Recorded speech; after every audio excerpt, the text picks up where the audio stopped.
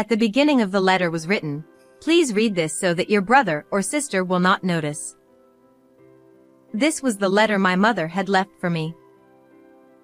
I continued reading the letter, my hands trembling. It contained shocking details. At the end of the letter, she wrote the location of a certain safe and its code. This letter was also my mother's last will and testament, which my brother and sister had been desperately searching for. I read the letter and wished I had paid more attention to my mother. I hurried to the place, letter in hand, to open the safe. Making sure no one was following me or anything, I entered the PIN number and checked the contents of the safe. I was wide-eyed and amazed when I saw the contents of the safe my mother had left behind. Oh, this is it. At the same time, I made a decision. My name is Nancy Tuck and I am a 28-year-old office worker. I'm working hard now, but I used to be really frail.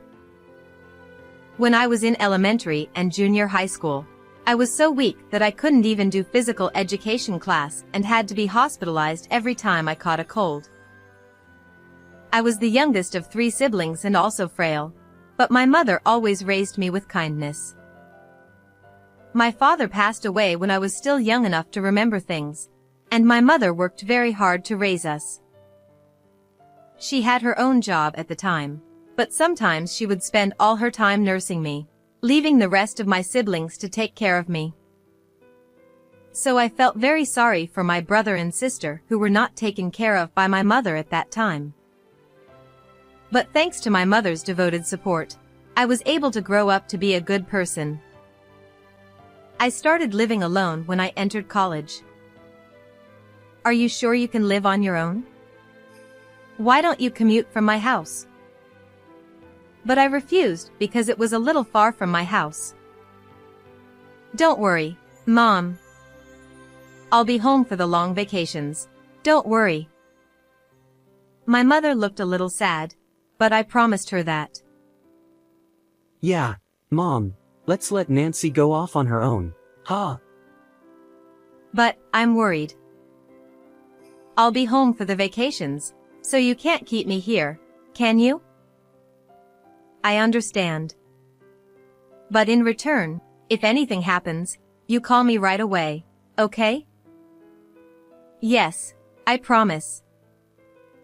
I was also sad to be separated from my mother, but my brother and sister, who were already working, were going to take care of her. Since my mother was already getting old, I was very grateful for my brother and sister's offer. At this time, my brother was already married and had my nephew and niece. My mother could play with her grandchildren, so she was not going to be that lonely. As I had promised my mother, I went home every year during the long college vacation and enjoyed talking with her. My brother also came to visit me with my nieces and nephews, and we had a very enjoyable vacation. Eventually, I graduated from college and went to work for a company. My sister also got married and had my nephew. When I started working, I was busy with work and it was difficult for me to go home, but I found time in my busy schedule to go home.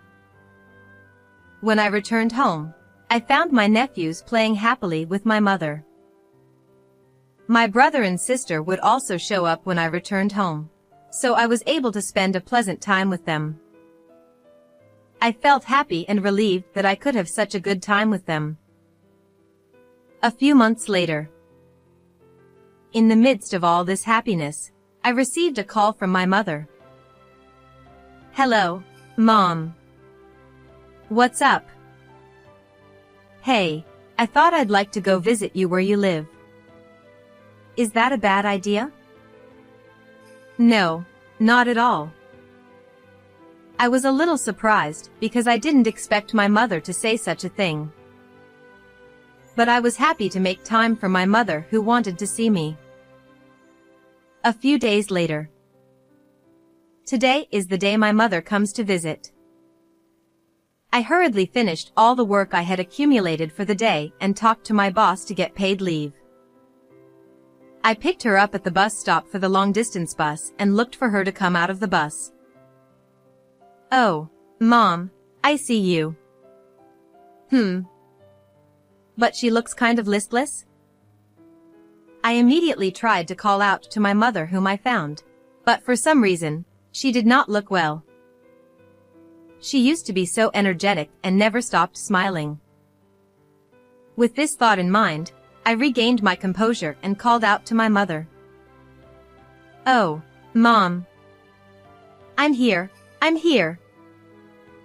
"Oh, Nancy, I'm so sorry for coming on such short notice."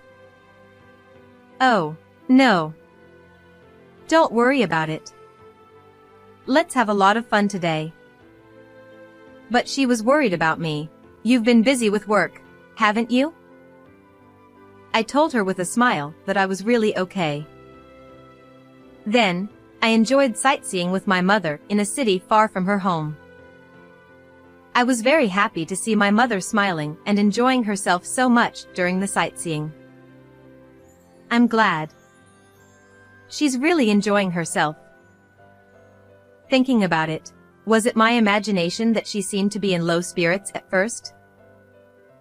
No, it was more that I needed her to have a lot of fun right now. With that in mind, I introduced my mother to many places. But of course, it was impossible to visit all of them in one day. "Oh, how I wish I could go to more places with you." "Thanks, Nancy. You can show me around next time I come back." "Okay?" "Yes, okay." "Promise?" "Yeah, promise." My mother and I looked at each other and laughed. I decided to make a new plan to show her some more places the next time she comes to visit. While I was enjoying myself in this way, the time for the last bus was gradually approaching. It was time for my mother to go home. "I'm going to take you to the bus stop." Well, it's already that time. My heart tightened at the sound of my mother's sad voice. As the time for the bus to return home approached, my mother expressed that she was really sad to leave me. Still, my mother said, as if she was trying to push away her reluctance to leave, "My grandchildren are waiting for me, so I better go home." "Yes, I know. But you can call me anytime. I really enjoyed going out with you today, Mom." "I had fun too. Now I have another good memory. Let's keep making good memories." "Well, Nancy, you take care of yourself from now on, okay?" "Okay. See you later, Mom." With that, my mother and I parted with smiles on our faces. But I had never seen my mother looking so lonely before, so I sent her off with a bit of apprehension. Yes, I'll call my mother often from now on, I decided in my mind as I saw her off. A few days later, however, the news came out of the blue. That day, I received a rare call from my brother, Sid. "Hello, Nancy, how are you?" "Hello, Sid, I'm fine. What's more, it's unusual for you to call me. What's wrong?" "Nancy, calm down and listen. Mom passed away." "Oh my God."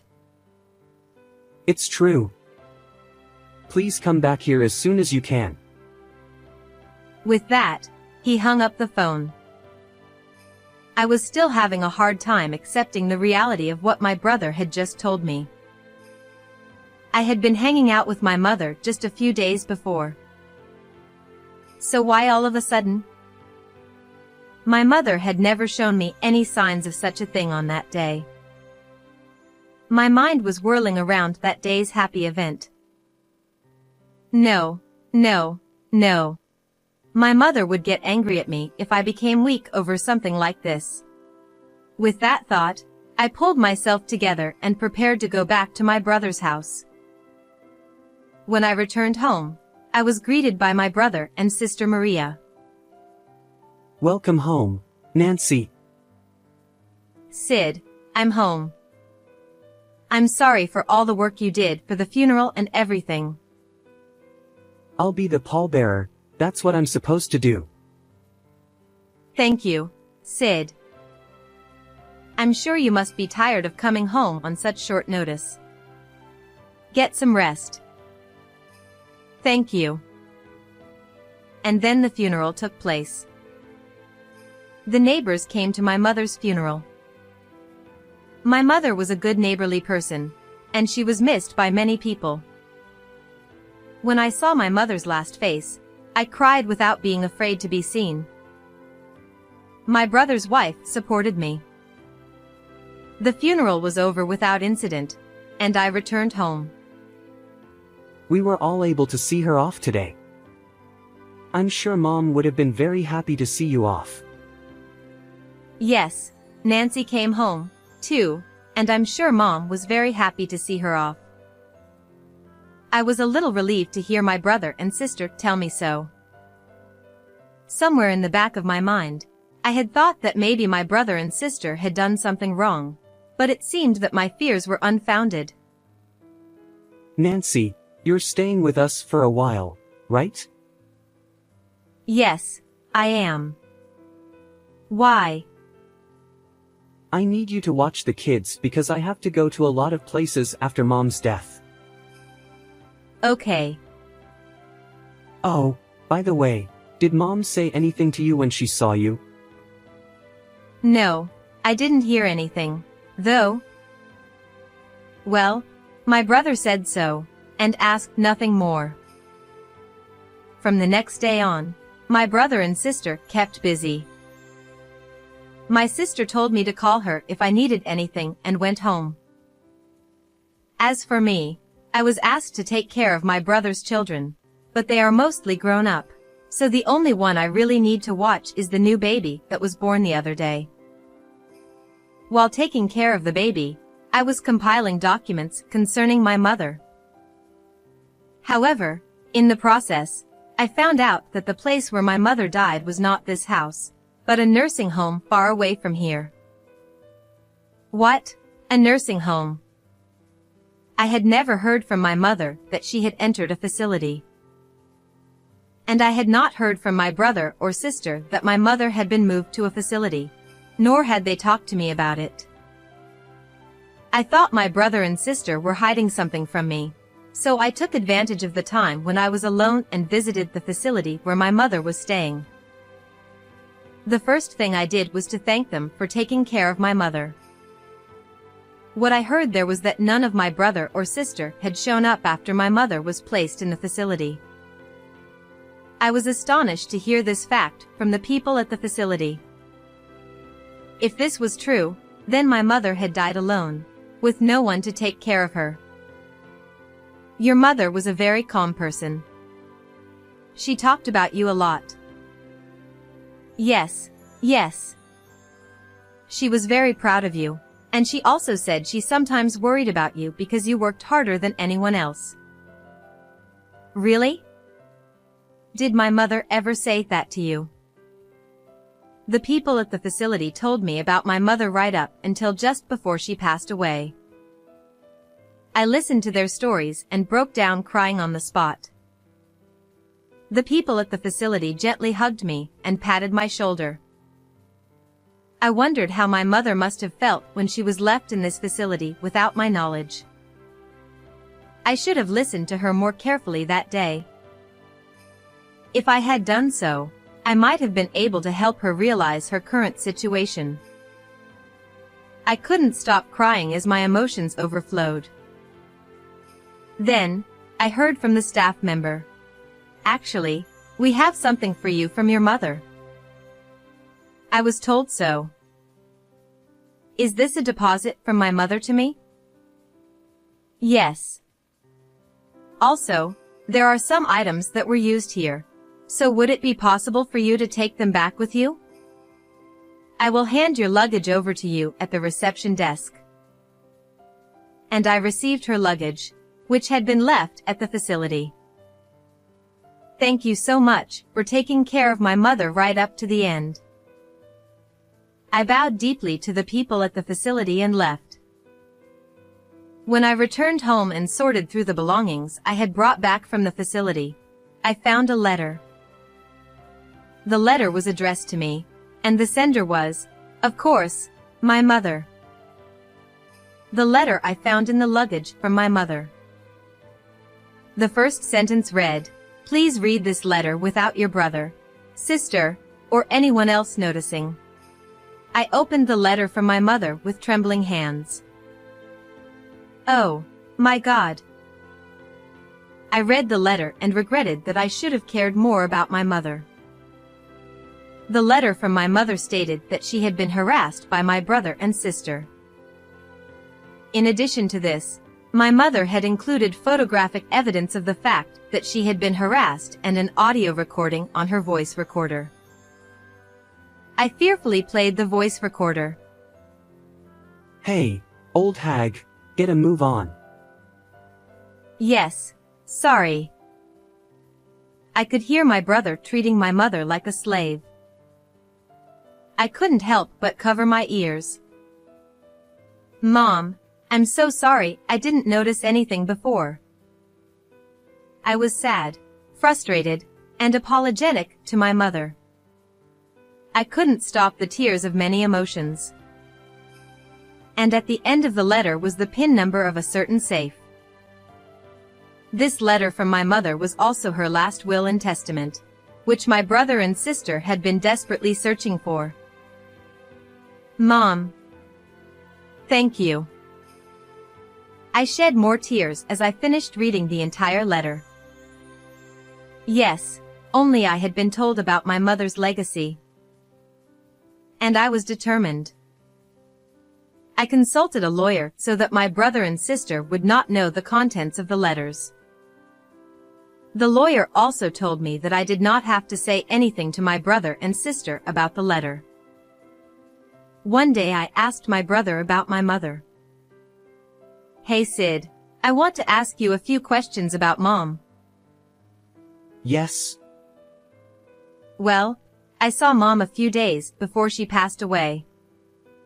She seemed a little down at the time, but you guys didn't treat her like she was an obstacle, did you? What? Oh, we wouldn't have done that, would we? It was Mom who raised us, my siblings, all these years. Yes, but I got the feeling that because of my physical weakness in the past, your mother didn't take care of you and your sister, and you might have resented her for that. Even if that were true, it was a long time ago. You didn't like being weak either. We know that. Well, thank you. I'm sorry for asking such a strange question out of the blue. That is how I tried to find out if my brother and sister were harassing my mother, but my brother refused to admit that he was bullying her and continued to hide it from me. I decided I could no longer trust my brother and left his house on the grounds that I was going back to work. Eventually, my brother, sensing that I was the only one who knew about my mother's inheritance, began to probe me. Sid, what's going on? I've been kind of busy at work lately. Nancy, do you have anything you're not telling us? What? What on earth are you talking about? For example, Mom's will, her inheritance. I don't know anything about that. Really? He was asking me so persistently that I just said, I really don't know anything. What? Are you doubting me? Because you were the one who saw Mom right before she passed away, and you were close to her, weren't you? It's strange that the will didn't come out. I exploded with anger at my brother for bullying my mother and being so concerned about the whereabouts of the money. Then let me tell you something. On the contrary, you have something to hide, don't you? I know, that you and your sister have been harassing Mom. I told you, I didn't do it. You can say that? Actually, I have proof that you and your sister were harassing Mom. You, what do you mean? Who the hell would? My brother was clearly upset. There seemed to be no doubt that he was bullying my mother after all. You think I'm going to tell you something like that? What do you think will happen to you guys if I bring this out into the open? You, damn. Unable to say anything, my brother hung up the phone violently. At that time, I succeeded in evading my brother thanks to the flicker of evidence of the bad karma I had obtained. But because of that flicker of evidence, my brother seemed to have gotten the idea that I knew something about my mother's will and inheritance. After this day, my brother began to call me persistently. Sid, you're so persistent. Shut up. All you have to do is answer honestly. I told you, I don't know. Besides, I'm busy at work right now. He questioned me at every turn about what I would know about my mother's legacy and will, but I was not to be outdone by my brother and talked back. Still, my brother refused to give up. So I decided I didn't want to get involved any further and blocked calls from my brother. However, when he found out that I had blocked his calls, he now came to my house, which surprised me. Why are you here? Because you won't give me an honest answer, will you? I told you, I don't know. Just show me the house. I'm sure you're hiding it somewhere. Would you normally go this far, even if you are siblings? I had to do something because it was disturbing the neighbors. Sid, if you keep following me around any longer, I will report you to the police as a stalker, okay? What? You would do that to your brother? I'm serious. And even now, you're a big nuisance to the neighbors. My brother flinched when I said this in strong language, and he became alarmed at his surroundings. Loud voices could be heard in the neighborhood, and I could hear people outside looking at us and whispering something in hushed tones. My brother thought the situation was indeed bad and left, saying he would come back. As I watched his back, I shouted at him that if he came again, I would really call the police. He was afraid of getting caught by the police after I told him that much, and he never showed up again. After this incident, I decided that it was not a good idea for me to continue living in my current house any longer and considered moving out. Since it was my brother, he might enter the house while I was gone. I wanted to avoid that. Oh, yes. At that moment, I remembered the location of the safe written in the letter my mother had left me and the code to open it. I hurriedly took the letter and went to the location of the safe mentioned in the letter. After making sure no one was following me, I checked the contents of the safe. What the heck? I was wide-eyed with surprise when I saw the contents of the safe my mother had left behind. Inside the safe was money, estimated to be $200,000, and the key to the house she had bought before her death. How could my mother have hidden so much money? When did she hide it? I looked for anything else besides the money and the house key. Then I found a letter at the bottom of the safe. There, in my mother's handwriting, was a single sentence, asking me to use it for my happiness. Oh, Mom. You cared about me that much. I shed tears in front of the safe. How many times have I shed tears since my mother passed away? Thank you, Mom. I will spend what Mom left me with great care. I love you too, Mom. Deciding that this was the last time I would cry, I thought about the future. And I decided that my safety came first, and that I would move and live in the house my mother had left me to escape my brother. This would give me peace of mind for a while, I thought. But the peaceful life never came, and this time my sister's family identified my house and came to visit. Nancy, long time no see. How did you find me here? Someone I know happened to find you and told me. Oh. That's right. So what can I do for you? About that, I divorced my husband the other day. Oh, you were so happy, and now you're divorced? That's right. I became a single mother. And now I have a new boyfriend and I want to go out with him. So I need you to take care of Dean. When I'm not working, that's fine, but you have to let me know ahead of time from now on. I happen to be off today, so that's fine. Thanks, that helps. Well, take care of my son today. With that, she left Dean with me and went out. I could not help but be amazed at my sister. I wondered how she could be the mother of a child and rely on me, no matter how much she had become a single mother after her divorce. After that, my sister frequently contacted me to leave Dean with me. When I happened to be busy with work and could not respond to her calls, she would end up leaving Dean alone in front of my house. Although I felt sorry for Dean in the beginning and kept him in my house, Dean was a rather ill-behaved nephew. Basically, it was on my days off from work that I would take care of Dean. In the midst of all this, Dean always seemed to be ransacking the house. I knew that I could not keep Dean forever, as I did not know what he would do if I was not careful. Because every time Dean came, something was missing from my house.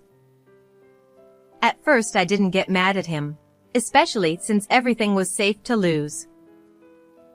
Since my sister didn't seem to be working properly, Dean seemed to be looking for his own way in life.